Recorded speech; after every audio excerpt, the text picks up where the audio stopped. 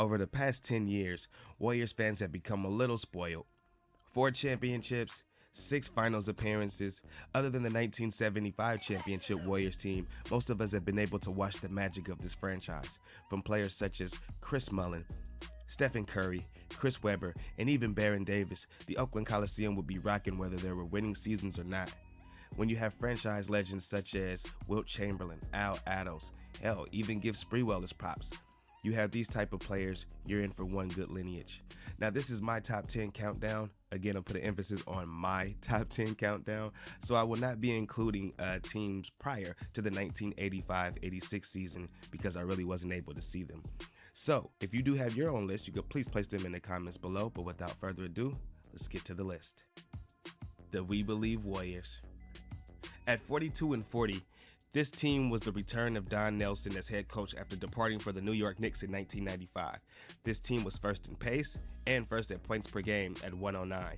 Led by Jason Richardson and former Hornet star Baron Davis, a meddling team that hadn't made the postseason in 12 years since the 1993-94 year when Don Nelson was last coach in Golden State for a full season.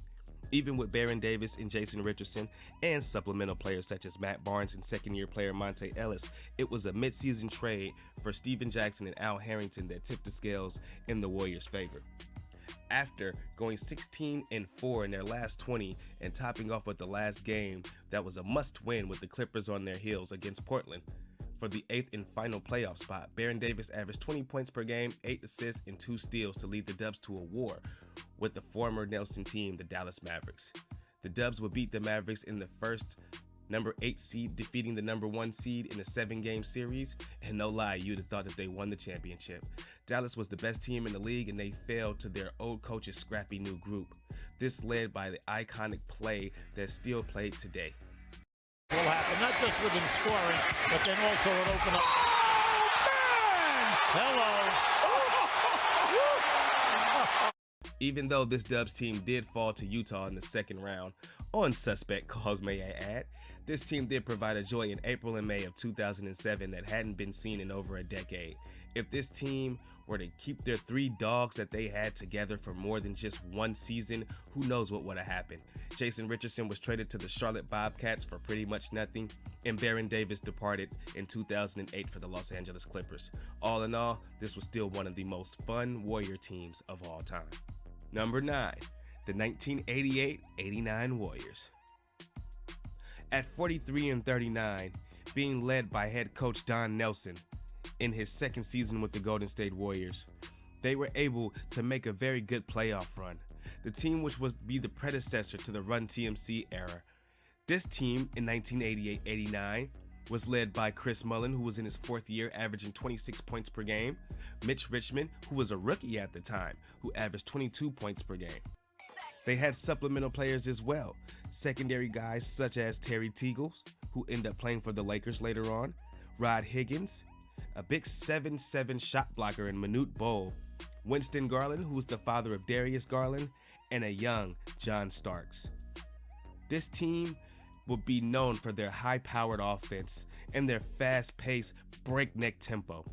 This team would average 116 points per game, which would make them 4th in the NBA at points per game, but the defense would also end up giving up 116.9 points per game, which would make them 25th and dead last at defense. But all in all, the good news would be that the Warriors would end up making the playoffs this season. They would end up going against the Utah Jazz in the first round, end up defeating them 3-0. But then in the second round, they would end up falling to the high-powered offense of the Phoenix Suns, led by KJ Kevin Johnson, and they would fall 4-1. All in all, this would still do nothing but give the Warriors confidence, because with the duo that they already have now with The Rock, Mitch Richmond, which was his nickname, and Chris Mullin, Mully, this team would only need one more piece, and maybe that piece could be a distributor. And they would end up getting that in the offseason with the drafting of Tim Hardaway. All in all, this team will still be remembered for their big playoff run against the Utah Jazz, and remember for being the start of the high-powered offense that we would get to know later seasons as the Run TMC era. Even though Mitch Richmond would eventually end up being traded to the Sacramento Kings in 1991, fans still can't help but think what would happen with this Warrior team if Don Nelson and Chris Cohen were able to keep this Warrior team together. All in all, the predecessors to the Run TMC era were fun as hell, man. Number 8, the 1990-1991 Warriors. Run TMC, baby.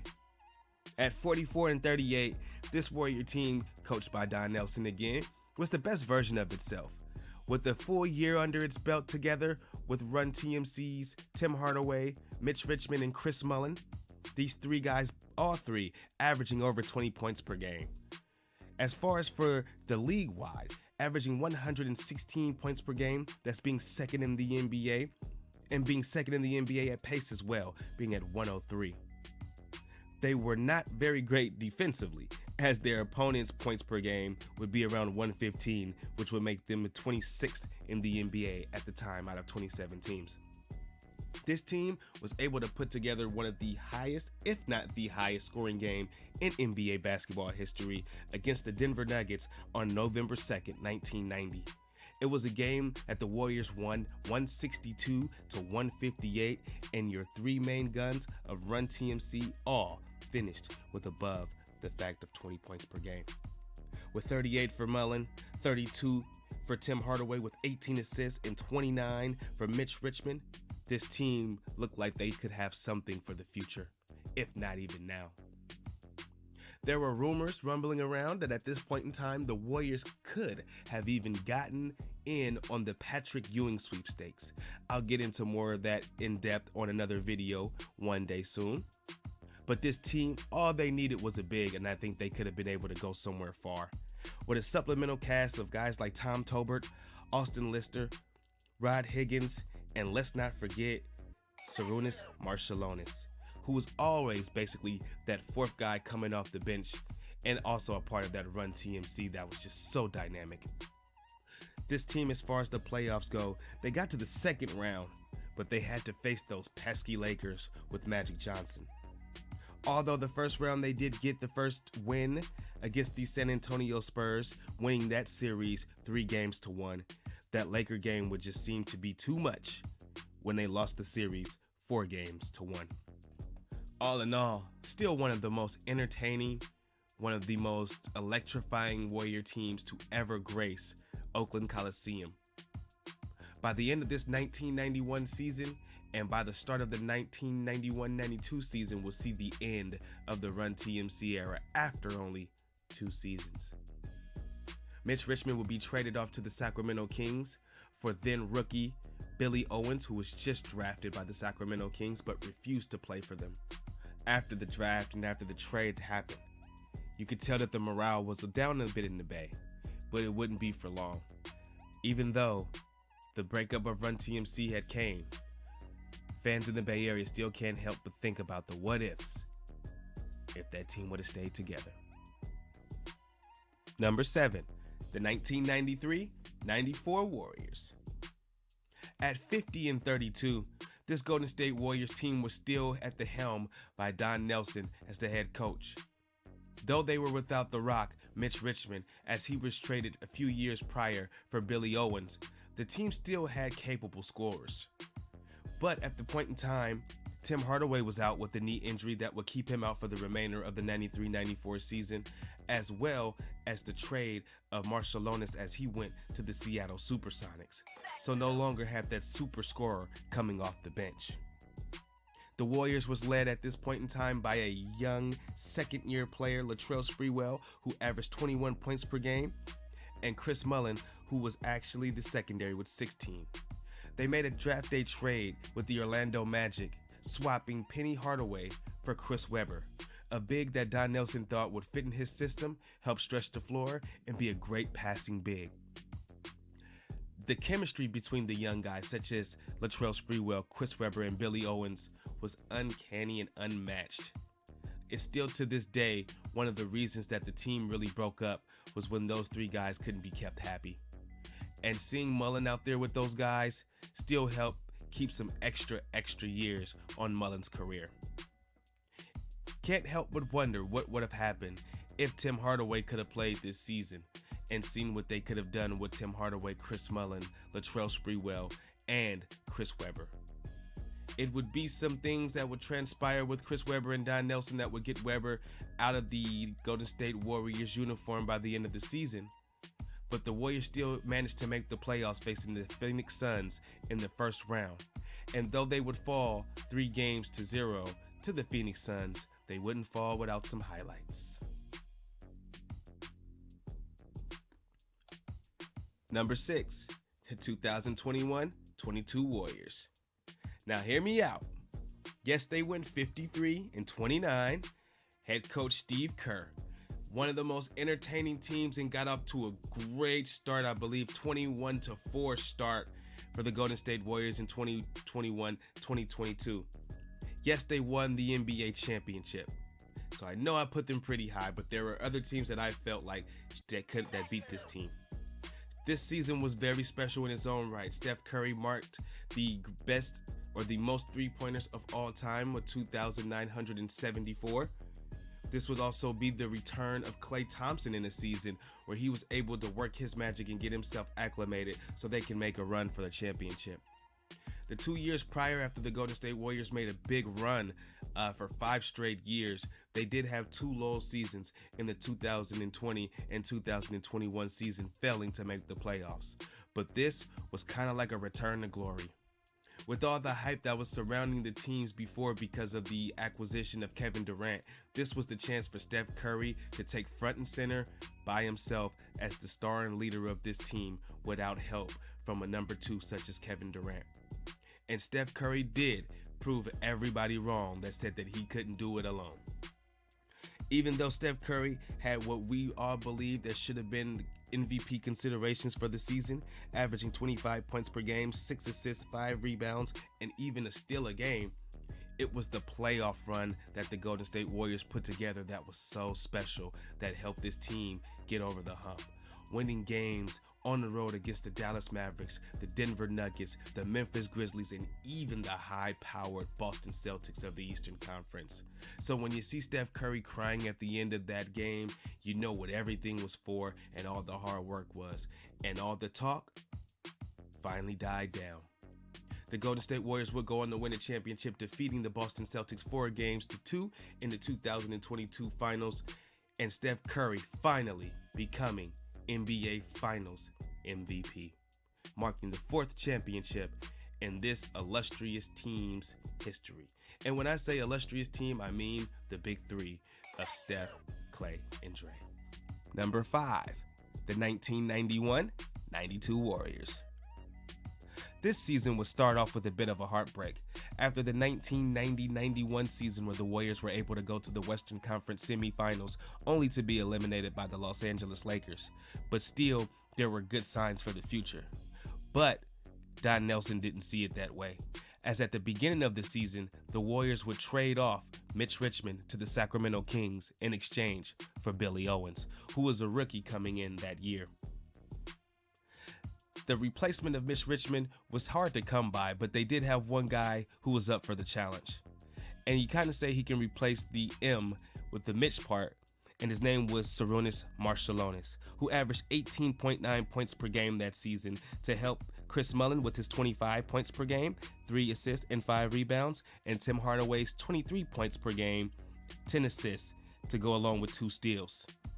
This team will go on to win 55 games, which would be the most that the Golden State Warriors have won since the 1975-76 season after they won the NBA championship.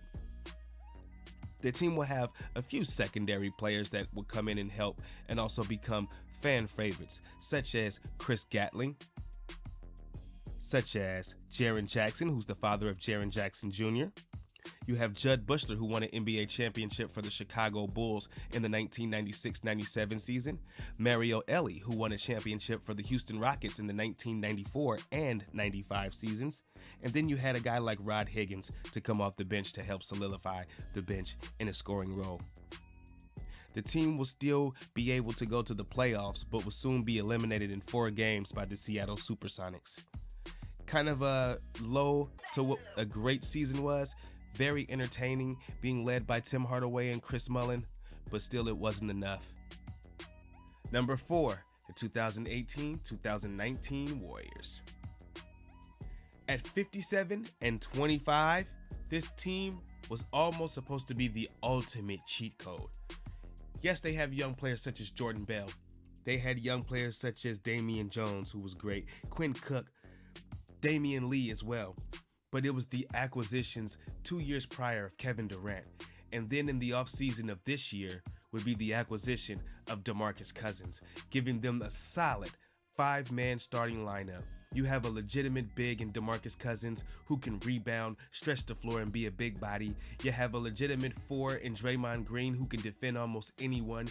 You have a 3 in Kevin Durant who is 6'11", 7 feet tall that can score on anybody. And then of course you had the Splash Brothers, Steph and Clay, who were just having phenomenal seasons, as well as Steph was having an assist season as well, with great assists and great passes to other guys, but still was able to average 27.3 points per game. Kevin Durant averaged 26 points per game, and then Klay Thompson averaged 21. And a lot of people do say that Kevin Durant was the best player on this Warriors team, but after watching the team so much and still having footage on film, I might have to beg to differ that Steph Curry was still the best player on that Warrior team, even with Kevin Durant on it. But still, all in all, this team, or as far as the Warriors go, the franchise, have not seen 3 consistent scorers score 20 points since the Run TMC era. So this was supposed to be something very special. Able to get past the first 3 teams and first 3 rounds pretty easily, having a little bit of a scuffle against the Houston Rockets. But ultimately, it would be injuries that will cause this team not to three-peat. After winning the 2017 finals and 2018 finals, they were going on to make it a three-peat for the first time since the Chicago Bulls of the 1990s. But it would be injuries to Kevin Durant during the season, then the Achilles injury during the playoffs, and then ultimately the ACL tear from Klay Thompson that will pretty much put a stamp on the Warriors season, and also really put a stamp on the franchise for the next 2 years as they try to retool and get back ready for their championship run in the 2021-22 season. All in all, falling short of the goal of the championship this year, but still another can't happen to wonder what if Kevin Durant didn't get hurt, or even if Klay Thompson didn't get hurt, as Game 6 Klay was in full effect. Number 3, the 2015-2016 Warriors. Now hear me out again. Again, this is my list, but at 73-9, supposed to be the best team ever in NBA history. But it's so hard to really give them that when we already know what happened in the finals. Being that it wasn't really their fault what really happened. Some of you people who are not Warriors fans are going to beat me up for that in the comments. That's fine. But after a great first year, the 2014-2015 season where the Warriors were able to bring home their first championship in almost 30-40 years, the Warriors were trying to come back to back again, this time with another big Steph MVP season. And Steph Curry on the year was averaging 30.6 assists and 5 rebounds on the day, and having help from Klay Thompson averaging 22 points and Draymond, who was averaging 14. When's the last time he's done that? Still, this team had great supplemental cast. Andre Iguodala, who had came over from the Denver Nuggets 2 years prior. You had Harrison Barnes, who was coming into his own. And then you had guys like Mo Spates, who we called Mo Buckets, off the bench, giving you Mo Buckets. And then we had Brandon Rush, Leandro Barbosa, Sean Livingston, Festus Ezeli. The squad was all the way live. Sorry for my old school reference. But still, this team was not able to pull through at the very end in Game 7, and we can all say that it was because of the suspension of Draymond Green, which it probably was. But at the end of the day, they didn't win. They lost in the championship round in Game 7 at home. So it's hard to mark this as the best team when they lost that final home game that would have made them legitimately the best team in the league ever, at a record of 73-9 and completing with the championship. Still, I'm not going to take anything away from the team. They've even admitted that going for the record is probably what hampered them a bit, and I couldn't help but agree. But Steph's wizardry and dazzling and crossing up people like Chris Paul on the baseline and just having a hell of a season and putting himself on notice once again, as last year was not a fluke. This Warrior team was fun as hell, but the only thing is they just weren't able to get the job done. The wizardry again of Steph and Clay still made it an entertaining season. Number 2, the 2014-2015 Warriors team. The 67-15 Warriors squad that won the first championship in almost 40 years could be automatically the best team in NBA history, if you ask me. But you know, there's people that put an asterisk by it because of the way that they won and without the Kyrie Irving being there for the Cleveland Cavaliers. But still, all in all, this team put together after losing to the Clippers the year before in the first round, they came back with a vengeance in the postseason in 2015 and went on a tear, tearing through teams such as the New Orleans Pelicans 4-0, going through the Memphis Grizzlies, who they were down at one point in time but still came back and won 4-2. And then you had a team like the Houston Rockets. They beat them 4-1 on their way to the Cleveland Cavaliers, who they beat 4-2. So if this Warrior team was phenomenal, Steph Curry on the year was only averaging 23.8 points per game. Wasn't quite his MVP form quite yet. And then we had Klay Thompson averaging 21 points per game, along with the 11 from Draymond and the 10 and from Harrison Barnes and David Lee. And the crazy part is people do tend to forget that David Lee was on this team, averaging 10 points a game and nearly 3 rebounds. But it was an injury that actually kept David Lee out, and which actually promoted Draymond Green. David Lee, who was the first Warrior All-Star since Latrell Sprewell in 2013. So I still want to be able to give him props, and let's not forget about him at all.